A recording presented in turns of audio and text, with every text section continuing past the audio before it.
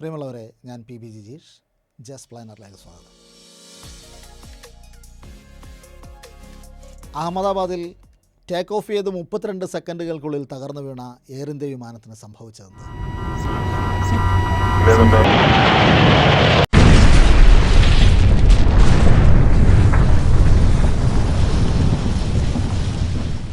ഒരു American safety group ഇപ്പോൾ പുറത്തുവിട്ടിട്ടുള്ള report കൂടുതൽ ആഴത്തിലുള്ള ചില ചോദ്യങ്ങൾ ഉന്നയിക്കാൻ നമ്മളെ പ്രേരിപ്പിക്കുന്നുണ്ട്. 2025 ജൂൺ മാസം 12-ാം തീയതി അഹമ്മദാബാദ് വിമാനത്താവളത്തിൽ നിന്നും 242 യാത്രക്കാരെയും വഹിച്ചുകൊണ്ട് പറന്നുയർന്ന എയർ ഇന്ത്യയുടെ ബോയിങ് 787 ഡ്രീം ലൈനർ 32 സെക്കൻഡുകൾക്കകം തകർന്നു വീണു.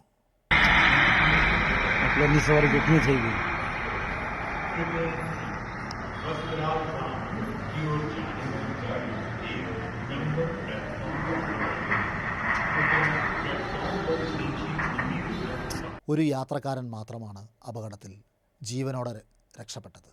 ഔദ്യോഗിക അന്വേഷണത്തിൽ 2 എഞ്ചിനുകളിലേക്കുമുള്ള ഫ്യൂവൽ ലൈനുകൾ കട്ടായിരുന്നു എന്ന് മാത്രമാണ് പുറത്തു വന്നിട്ടുള്ളത്. എന്നാൽ കഴിഞ്ഞ ആഴ്ചയിൽ ഒരു അമേരിക്കൻ സേഫ്റ്റി ഗ്രൂപ്പ് പറയുന്നത് ഈ വിമാനം ഉപയോഗത്തിലുണ്ടാവാനേ പാടില്ലായിരുന്നു എന്നാണ്. റിപ്പോർട്ടിൽ എന്താണ് പറയുന്നതെന്ന് നമുക്ക് പരിശോധിക്കാം. എന്തൊക്കെയാണ് നമുക്കറിയാവുന്നത്, എന്തൊക്കെയാണ് ഔദ്യോഗികമായി സ്ഥിരീകരിക്കപ്പെട്ടിട്ടുള്ളത്, ഇനിയും പരിശോധിക്കപ്പെടേണ്ട കാര്യങ്ങൾ എന്തൊക്കെയാണ്? 2025 ജൂൺ മാസം 12-ാം തീയതി അഹമ്മദാബാദിൽ നിന്ന് ലണ്ടൻ ഗ്യാറ്റ്വിക്കിലേക്കുള്ള എയർ ഇന്ത്യയുടെ ഫ്ലൈറ്റ് AI-171 എന്ന VTANB എന്ന രജിസ്ട്രേഷനോട് കൂടിയ ബോയിങ് 7878 ഡ്രീം ലൈനർ അഹമ്മദാബാദ് വിമാനത്താവളത്തിൽ നിന്നും പറന്നുയർന്നു. ഇന്ത്യൻ സമയം ഉച്ചയ്ക്ക് ശേഷം 1:38 ടേക്ക് ഓഫ് ചെയ്തത്. 32 സെക്കൻഡിനകം വിമാനത്തിന് ലിഫ്റ്റ് നഷ്ടപ്പെടുകയും തൊട്ടടുത്തുള്ള BJ മെഡിക്കൽ കോളേജ് ബിൽഡിങ്ങിലേക്ക് തകർന്നു വീഴുകയും ചെയ്തു. അപകടത്തിൽ വിമാനത്തിലുണ്ടായിരുന്ന 242 ആളുകളിൽ 241 പേരും മരണത്തിന് കീഴടങ്ങി. ഒരാൾ മാത്രമാണ് രക്ഷപ്പെട്ടത്. കെട്ടിടത്തിലുണ്ടായിരുന്ന 19-ലേറെ മനുഷ്യരുടെ ജീവനും നഷ്ടപ്പെട്ടു എന്നാണ് വാർത്തകൾ പറയുന്നത്. ഇന്ത്യയുടെ aircraft accident investigation bureau AAIB പ്രാഥമിക റിപ്പോർട്ടിൽ കണ്ടെത്തുന്നത് ഈ അപകടത്തിന് തൊട്ടുമുമ്പ് വിമാനത്തിൻ്റെ 2 എഞ്ചിനുകളിലേക്കുമുള്ള ഫ്യൂവൽ കൺട്രോൾ സ്വിച്ചുകൾ റണ്ണിൽ നിന്നും കട്ട് ഓഫ് പൊസിഷനിലേക്ക് മാറ്റിയിരുന്നു എന്നാണ്. അങ്ങനെ 2 എഞ്ചിനുകളും നിലയ്ക്കുകയായിരുന്നു. ഈ സ്വിച്ചുകൾ എങ്ങനെ ഓഫ് ചെയ്യപ്പെട്ടു എന്ന കാര്യത്തിൽ ഇപ്പോഴും വ്യക്തതയില്ല. അപകടത്തിന് 1 മാസത്തിന് ശേഷം പ്രസിദ്ധീകരിക്കപ്പെട്ട പ്രാഥമിക റിപ്പോർട്ടിൽ ആരെയും കുറ്റപ്പെടുത്തുന്നില്ല. ഈ മെക്കാനിക്കൽ സീക്വൻസ് അടയാളപ്പെടുത്തുക മാത്രമാണ് ചെയ്യുന്നത്. പെട്ടെന്ന് 2 എഞ്ചിനുകളിലേക്കുമുള്ള ഫ്യൂവൽ ബ്ലോക്ക് ചെയ്തിരുന്നു. കോക്പിറ്റ് വോയിസ് റെക്കോർഡറിൽ 2 പൈലറ്റുമാർക്കുമിടയിൽ കൺഫ്യൂഷൻ നിലനിന്നിരുന്നതിൻ്റെ സൂചനകളുണ്ട്. വിമാനത്തിൻ്റെ ക്യാപ്റ്റൻ സുമീത് സഭർവാൾ 2200-ലധികം മണിക്കൂറുകളുടെ പരിചയസമ്പത്തുള്ള പരിണിതപ്രജ്ഞനായ വൈമാനികനായിരുന്നു. ഇന്ത്യയിലും പുറത്തുമുള്ള നിരവധി സംഘടനകളും വ്യക്തികളും പല ഗൗരവതരമായ ചോദ്യങ്ങളും ഉന്നയിക്കുന്നുണ്ട്. സംഭവത്തെക്കുറിച്ച് ജുഡീഷ്യൽ അന്വേഷണം വേണമെന്ന ആവശ്യവും ഉയർന്നു വന്നിരുന്നു. 2026 ജനുവരി മാസത്തിൽ അമേരിക്കയിലെ ഒരു സേഫ്റ്റി അഡ്വക്കസി ഗ്രൂപ്പായ foundation for aviation safety FAS അമേരിക്കൻ സെനറ്റിൻ്റെ പെർമനൻറ്റ് സബ് കമ്മിറ്റി ഓൺ ഇൻവെസ്റ്റിഗേഷന് മുൻപാകെ അവരുടെ റിപ്പോർട്ട് സമർപ്പിച്ചു. റിപ്പോർട്ടിൽ പറയുന്നത് ഈ വിമാനത്തിന് സാങ്കേതിക തകരാറുകളുടെ ഒരു നീണ്ട ചരിത്രം ഉണ്ടെന്നാണ്. ഈ വിമാനം പറത്തുവാൻ പോലും യോഗ്യമല്ലായിരുന്നു എന്നാണ്. വിമാനത്തിൻ്റെ ഇലക്ട്രിക്കൽ കമ്പ്യൂട്ടർ സംവിധാനങ്ങളിൽ നിരന്തരം തകരാറുകൾ ഉണ്ടാവാറുണ്ടായിരുന്നു എന്നാണ് റിപ്പോർട്ട് പറയുന്നത്.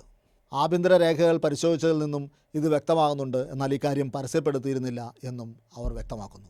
അതുകൊണ്ട് തന്നെ പൈലറ്റുമാരുടെ പിഴവുകൾ എന്നതിനപ്പുറത്തേക്ക് കൂടുതൽ ആഴത്തിലുള്ള പരിശോധന, വിമാനത്തിൻ്റെ സാങ്കേതിക സംവിധാനങ്ങളിലെ പരിശോധന എല്ലാം ആവശ്യമാണ് എന്നാണ് അവരുടെ പക്ഷം.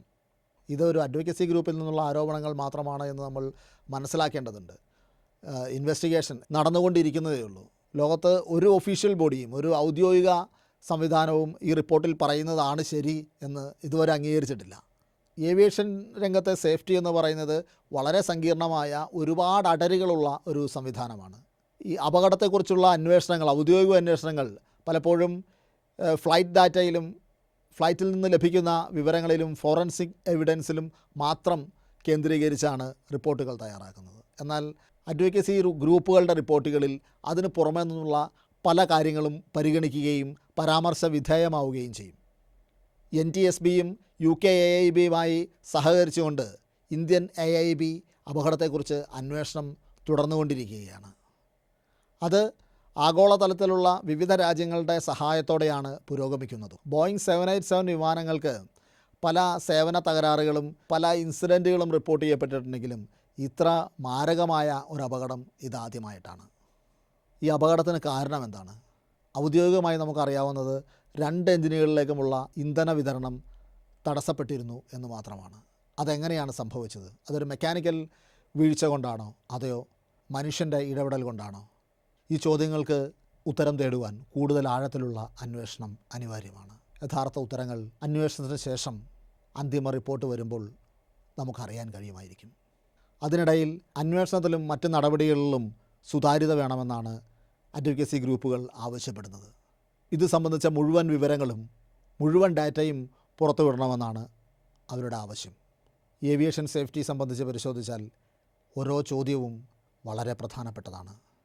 ആ ചോദ്യങ്ങൾ ഉന്നയിക്കുകയും ഉത്തരങ്ങൾ തേടുകയുമാണ് നമ്മുടെ കടമ.